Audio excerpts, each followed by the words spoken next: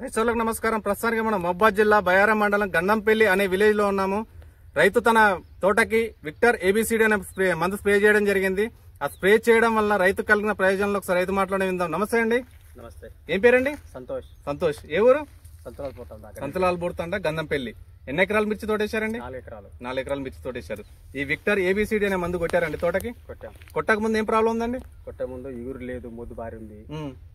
కొట్టిన తర్వాత పూత, ఇగురు, పురుగు, ముడత మొత్తం క్లియరెన్స్ అయ్యి ఇగురు బాగానే ఉంది. ఈ ఇగురు మొత్తం ఇది కొట్టినాక వచ్చిందండి? ఏబిసిడి మందు కొట్టినాక వచ్చింది. రెండో స్టెప్ ఇది. రెండో స్టెప్ మొత్తం ఇది కొట్టాక వచ్చింది. ఏబిసిడి మందు కొట్టినాక వచ్చింది. ఈ పూత కనిపిస్తుంది కదా, పూత కూడా నీటిగా వచ్చింది.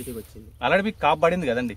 కాపు పడినాక కొడితే కూడా ఈ మందు ఎగురు వచ్చిందా? వచ్చింది. నీటిగా ఎగురు వచ్చింది. కొట్టడానికి ముందు ముడతలు ఉండేది, పురుగు ఉండేది. అన్ని క్లియర్ అయిపోయినాయి. ఎరుపు ఏమైనా వచ్చిందండి? ఎరుపేం రాలే, నలుపు ఎగురే వచ్చింది. నలుపు ఎగురు వచ్చింది. నల్లి ఏమైనా కనబడుతుందా? నల్లి కూడా ఏం లేదు. ఎక్కడ తీసుకొచ్చారండి ఇది? గంధంపల్లి శ్రీరాంపేట షాప్ లో తీసుకొచ్చారు. అమ్మా నమస్తే అమ్మా.